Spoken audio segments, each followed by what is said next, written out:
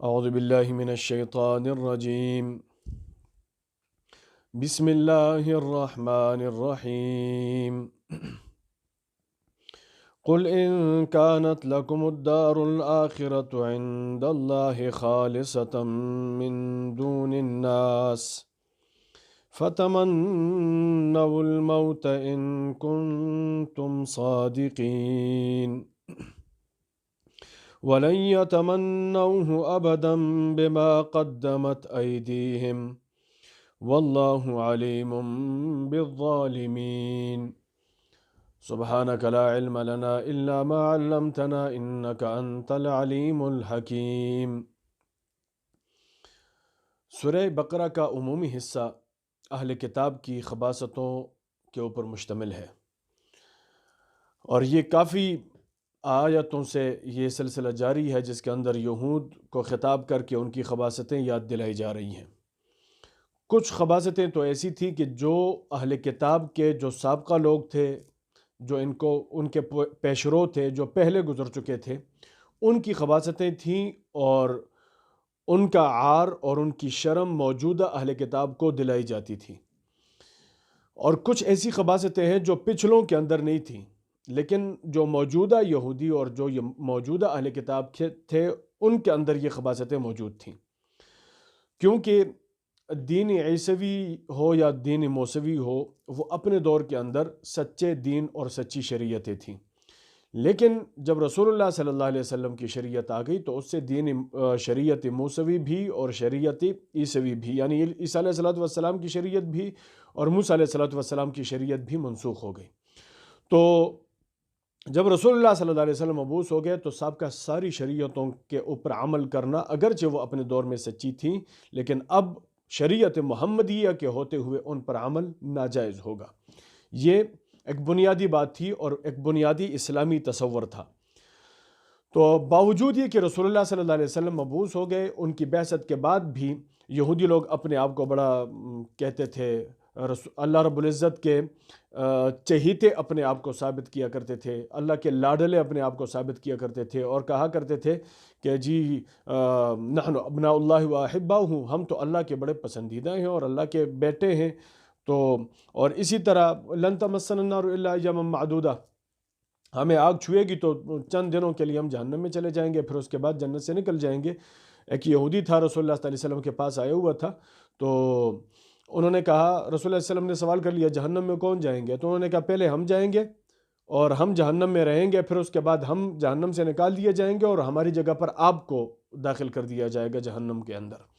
تو رسول اللہ صلی اللہ علیہ وسلم نے فرمایا دفو، ہم تمہارے بعد جہنم میں نہیں جائیں گے۔ مطلب کیا؟ یعنی کہ تم جہنم میں جاؤ گے اور ہمیشہ کے لیے تمہارے اوپر جہنم ہوگی، تم جہنم سے نہیں نکلو گے۔ اس کا یہ مطلب نہیں ہے کہ ہم تمہارے بعد نہیں جائیں گے یا تم سے پہلے جائیں گے یا تمہارے ساتھ جائیں گے، نہیں، یعنی ہم نے جہنم میں جانا نہیں ہے اور تم نے جہنم سے نکلنا نہیں ہے۔ اس کلام کا مقصد یہ تھا۔ تو اللہ رب العزت نے قرآن مجید کے اندر یہودیوں سے کہہ دیا کہ یہودیوں، نظریہ آخرت پر تو تمہارا بھی ایمان ہے جس طرح مومنین کا ایمان ہے، اور نظریہ آخرت کا بنیادی تصور کیا ہے؟ وہ یہ ہے کہ دنیا کے اندر انسان رہتا ہے، جب تک دنیا کے اندر ہے تو رہے گا، اور دنیا کی زندگی کے ختم ہونے کے بعد اس کی فوراً موت کے بعد برزخی زندگی شروع ہو جاتی ہے اور وہ اللہ کے ہاں چلا جاتا ہے۔ اگر وہ مومن ہے تو علیین کے اندر چلا جاتا ہے، اللہ کی جنتوں کا مہمان بن جاتا ہے، اور اگر وہ کافر ہے تو وہ سجین میں چلا جاتا ہے، اس کی روح ادھر چلی جاتی ہے اور وہ عذاب کے اندر مبتلا ہو جاتا ہے۔ یہ بنیادی تصور ہے جس کے اوپر اسلام بھی اور یہودی بھی، اسی طرح عیسائی بھی، سارے اہل کتاب متفق ہیں۔ تو انسان اور جنت کے درمیان جو پردہ ہے وہ موت ہے، پردہ موت ہے، اور اللہ سے ملاقات اور انسان کے درمیان پردہ یہ موت ہے۔ جب انسان دنیا کے اندر ہے تو وہ اللہ کو نہیں دیکھ سکتا، اللہ سے ملاقات نہیں کر سکتا۔ لازمی ہے کہ وہ دنیا سے جائے گا یا عارضی زندگی ختم کرے گا، پھر اس کے بعد جائے گا تو اللہ رب العزت سے ملاقات کرے گا یا اللہ کا دیدار کرے گا۔ تو اللہ رب العزت نے ان کو ایک چیلنج دے دیا کہ اگر تم لوگ واقعی یہی کہتے ہو کہ آخرت کی زندگی تمہاری ہے اور وہاں پر تمہیں بھلائی ملے گی اور وہاں پر تمہیں جنت ملے گی، تم اللہ کے ساتھ جا کر کے ملاقات کرو گے، پھر تم موت کی تمنا کر لو تاکہ یہ جو تمہارا پردہ ہے اللہ سے ملاقات اور تمہارے درمیان میں جو پردہ ہے یہ پردہ ہٹ جائے گا اور تم اللہ کے پاس چلے جاؤ گے، تمہاری تمنا پوری ہو جائے گی، تمہاری جو خواہش ہے وہ پوری ہو جائے گی۔ اللہ فرماتے ہیں میرے محبوب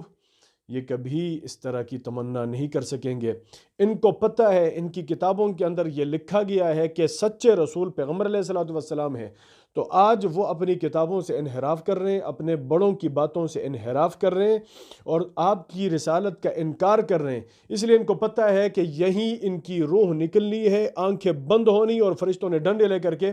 ان کو صحیح پٹائی لگانی ہے۔ اس لیے یہ اپنے ہاتھوں کی کارستانیوں کو سمجھتے ہوئے موت کی تمنا کبھی نہیں کریں گے۔ ان آیات کے اندر یہ مضمون بیان ہو رہا ہے۔ قل کہیے میرے پیغمبر، ان کانت لکم الدار الاخرۃ عند اللہ خالصۃ، اگر آخرت کا گھر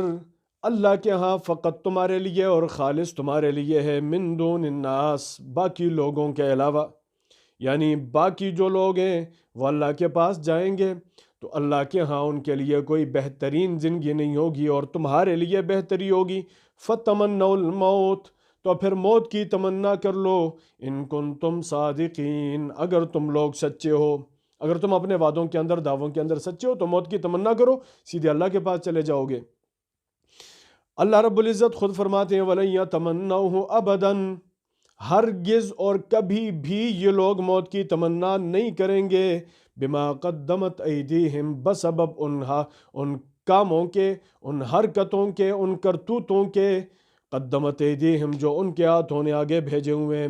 واللہ علیم بالظالمین، اور اللہ رب العزت جانتا ہے کہ ظالم کون ہے، ظلم کرنے والوں کو اللہ پہچانتا ہے، اور سب سے بڑا ظلم وہ اللہ کی ذات کے ساتھ کسی اور کو شریک ٹھہرانا ہے۔ دوسرے نمبر پر سب سے بڑا ظلم وہ رسول اللہ کی رسالت کا انکار کرنا ہے۔ اللہ فرماتے ہیں وَلَا تَجِدَنَّهُمْ أَحْرَصَ النَّاسِ عَلَىٰ حَيَاةٍ، میرے پیغمبر آپ ان کو پائیں گے، ان اہل کتاب کو، احرص الناس، تمام لوگوں کے اندر سب سے زیادہ لالچی، سب سے زیادہ حریص، علی حیات، دنیا کی زندگی کے اوپر، یہ دنیا کی زندگی کے اندر ایسے لگے ہوئے ہیں کہ یہ دنیا سے الگ ہونا نہیں چاہتے، وَمِنَ الَّذِينَ أَشْرَكُوا، اور ان لوگوں سے بھی جنہوں نے شرک کیا ہے، یعنی جو لوگ مشرک ہیں، یَوَدُّ أَحَدُهُمْ، ان میں سے ہر ایک یہ تمنا کرتا ہے، لَوْ يُعَمَّرُ أَلْفَ سَنَةٍ، کہ اس کو زندگی دی جائے 1000 سال کی، وہ 1000 سال تک جیتا رہے، وَمَا هُوَ بِمُزَحْزِحِهِ مِنَ الْعَذَابِ أَن يُعَمَّرَ، اگر ان کو زندگی اتنی زیادہ دے دی جائے تو ان کی یہ لمبی زندگی ان کو جہنم کی آگ سے اور جہنم کے عذابوں سے نہیں چھڑا سکتی ہے، نہیں بچا سکتی ہے۔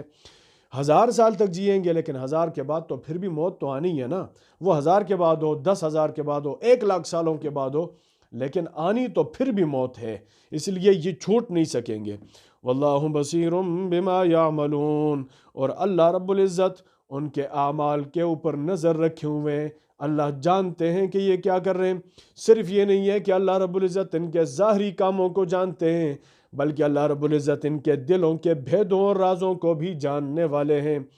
اور اللہ نے اسی لیے بتا دیا کہ یہ لوگ موت کی تمنا کبھی نہیں کریں گے، کیونکہ موت کی تمنا کی 2 صورتیں ہیں، ایک یہ کہ ظاہری طور پر زبان سے کہہ دیں اور موت کی تمنا کریں، اور ایک یہ کہ دل کے اندر تمنا کریں لیکن زبان سے نہ کہیں۔ اس لیے یہ اہل کتاب کی ایک بہت بڑی سازش تھی اور ان کی ایک بہت بڑی خباثت تھی جس کی طرف اللہ رب العزت نے اشارہ فرما دیا۔